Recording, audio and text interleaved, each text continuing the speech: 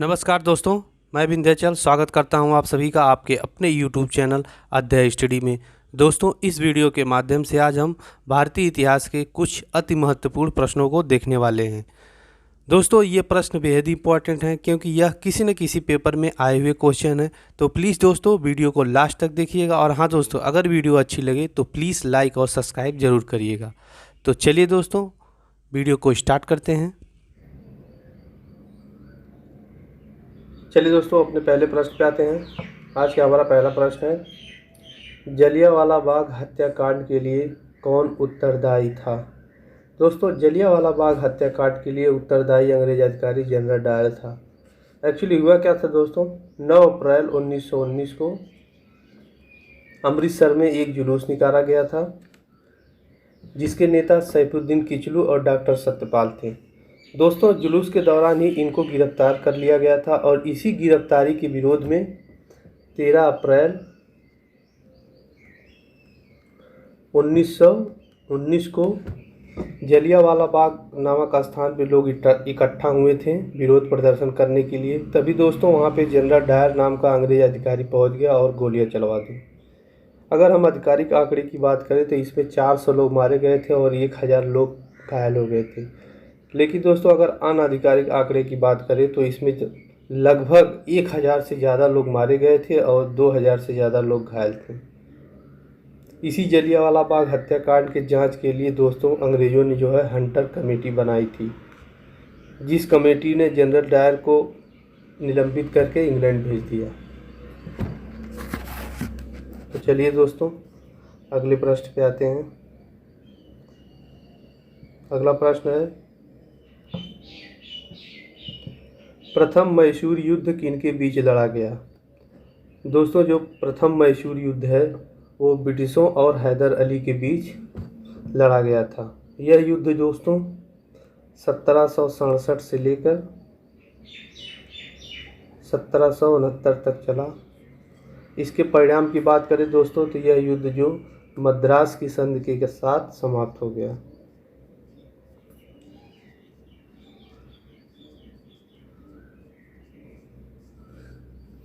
चलिए दोस्तों, अगले प्रश्न पे आते हैं।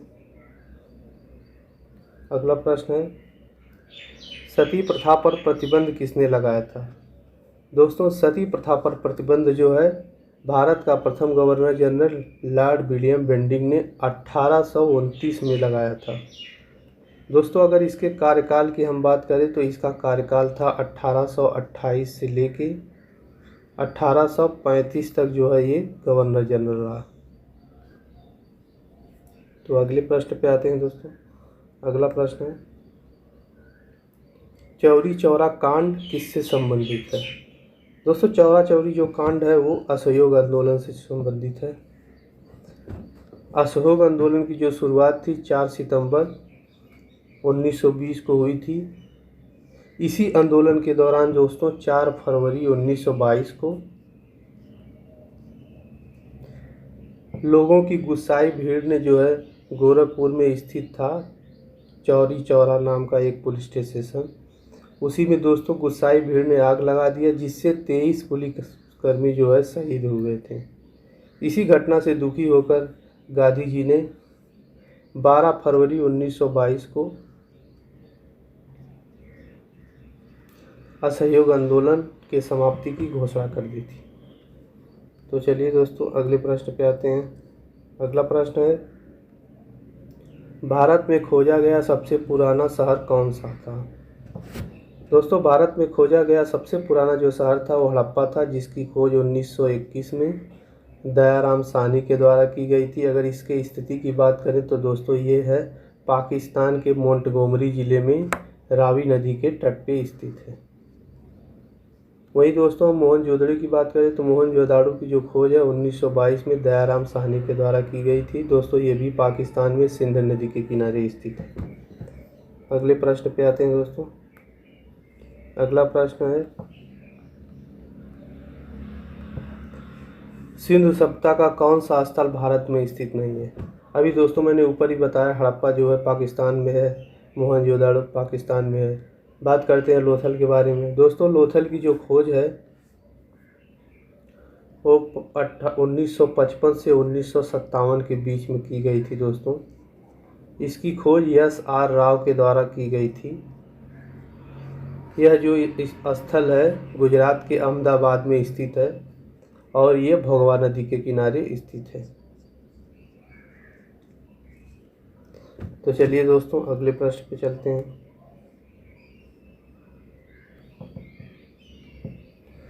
अगला प्रश्न है दोस्तों, नंद वंश का अंतिम सम्राट कौन था? दोस्तों अगर नंद वंश की स्थापना की बात करें तो नंद वंश की स्थापना जो है महापद्म नंद के द्वारा की गई थी। अगर अंतिम सम्राट की बात करें दोस्तों तो अंतिम सम्राट था घनानंद। इसी घनानंद को दोस्तों 322 ईसा पूर्व में चंद्रगुप्त मौर्य ने जो है पराजित करके मौर्य वंश की स्थापना की थी। तो अगले प्रश्न पे आते हैं दोस्तों। अगला प्रश्न है,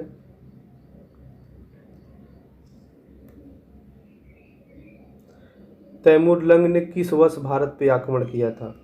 दोस्तों तैमूर लंग ने जो है 1398 ईस्वी में भारत पे आक्रमण किया था।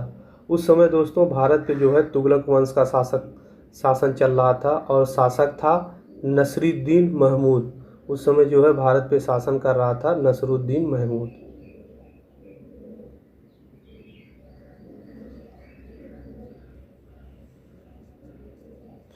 दोस्तों ये क्वेश्चन केबीसी में भी पूछा गया था।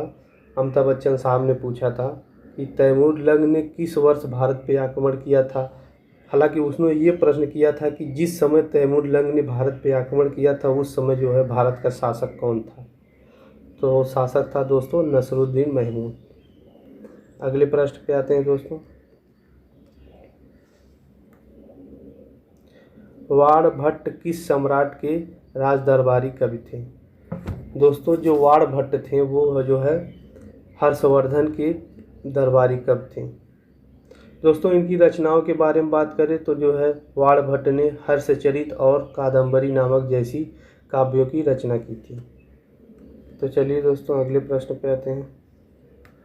अगला प्रश्न है, सोने के सर्वाधिक सिक्के किस काल में जारी किए गए थे? दोस्तों सोने के सबसे ज़्यादा जो सिक्के थे वो गुप्त काल में जारी किए गए थे। तो अगले प्रश्न पे आते हैं। अगला प्रश्न है, किस गुप्तकालीन शासक को कविराज कहा जाता है? दोस्तों वह जो शासक है समुद्रगुप्त, जिसे अन्य एक नाम भारत के नेपोलियन से भी जाना जाता है और इसे कविराज भी कहते हैं। तो अगले प्रश्न पे आते हैं दोस्तों। अगला प्रश्न है,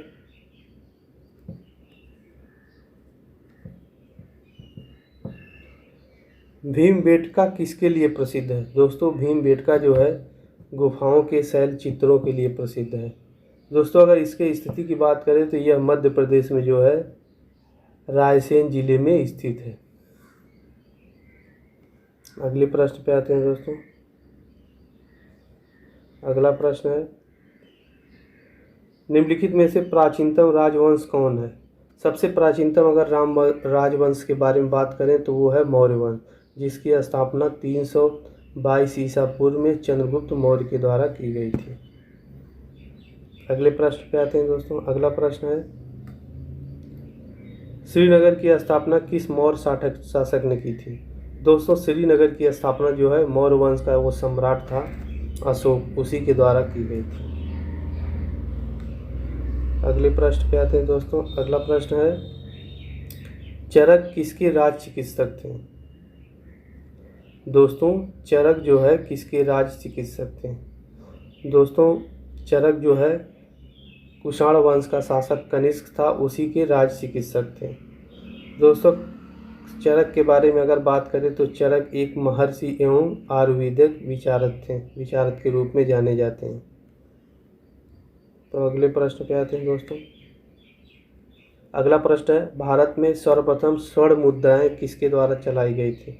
सबसे पहले दोस्तों भारत में स्वर्ण मुद्राएं जो है इंडो बैक्ट्रियन के द्वारा चलाई गई थी सबसे पहले जो है।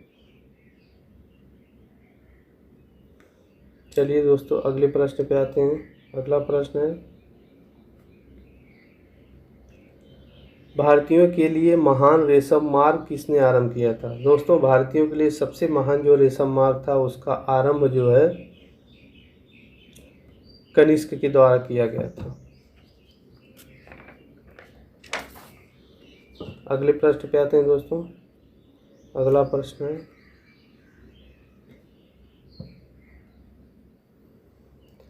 दिलवाड़ा मंदिर कहाँ पर स्थित है?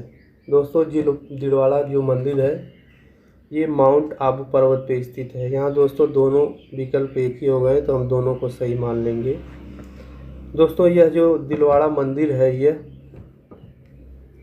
यह मंदिर दोस्तों राजस्थान में जो है माउंट आबू पर्वत पे स्थित है। इस मंदिर के विशेषता की बात करें तो यह मंदिर जो है जो जैन धर्म के तीर्थंकर हैं उनको समर्पित है। दोस्तों, यह दिलवाड़ा का मंदिर जो है इसे और एक नाम से जानते हैं, दिलवाड़ा का जैन मंदिर। तो चलिए दोस्तों अगले प्रश्न पे आते हैं। अगला प्रश्न है, खजुराहो स्थित मंदिर का निर्माण किसने किया था?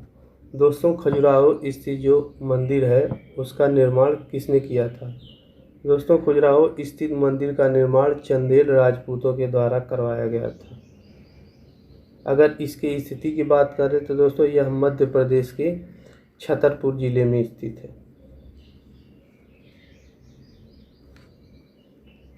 अगले प्रश्न पे आते हैं दोस्तों। अगला प्रश्न है, लिंगराज मंदिर की नींव डाली गई थी? दोस्तों, लिंगराज जो मंदिर है उसकी नींव किसके द्वारा डाली गई थी? दोस्तों, अगर लिंगराज मंदिर की बात करें तो यह जो है शिव को समर्पित एक मंदिर है। यह जो है यताति केसरियों ने इसकी नींव डाली थी और यह मंदिर जो उड़ीसा राज्य में जो है भुवनेश्वर के निकट स्थित है। तो अगले प्रश्न पे आते हैं दोस्तों। अगला प्रश्न है, पाल वंश की स्थापना किसने की थी? दोस्तों, पाल वंश का जो संस्थापक था वो देवपाल था। इसी ने दोस्तों 750 ईस्वी में पाल वंश की स्थापना की थी। अगले प्रश्न पे आते हैं दोस्तों। अगला प्रश्न है, एलोरा गुफाओं का निर्माण कराया था? एलोरा गुफाओं का निर्माण किसके द्वारा कराया गया था? दोस्तों, ये जो एलोरा की गुफाएं हैं ये औरंगाबाद महाराष्ट्र में स्थित हैं। इसका निर्माण राष्ट्रकूटों के द्वारा करवाया गया था। इसकी विशेषता दोस्तों यह एलोरा गुफाओं की, इसमें जो है हिंदू मंदिर, जैन मंदिर एवं बौद्ध तीनों मंदिर इसमें स्थित हैं।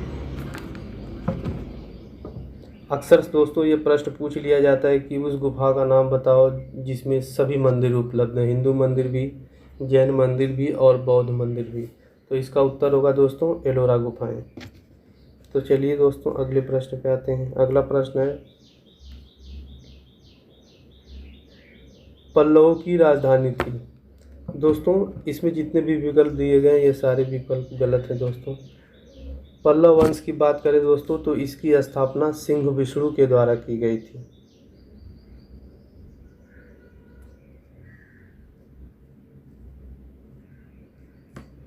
अगर इसके राजधानी के बारे में बात करें दोस्तों तो इसकी राजधानी जो थी वो कांची थी। अगले प्रश्न पे आते हैं दोस्तों। अगला प्रश्न है,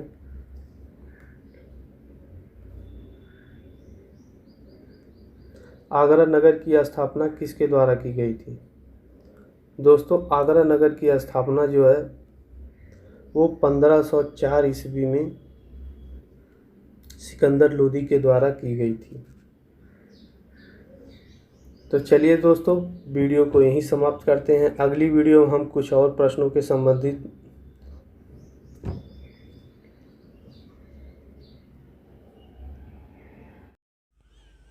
आज की वीडियो में इतना ही दोस्तों। अगली वीडियो में हम कुछ और महत्वपूर्ण प्रश्नों के साथ मिलेंगे। तब तक के लिए नमस्कार दोस्तों।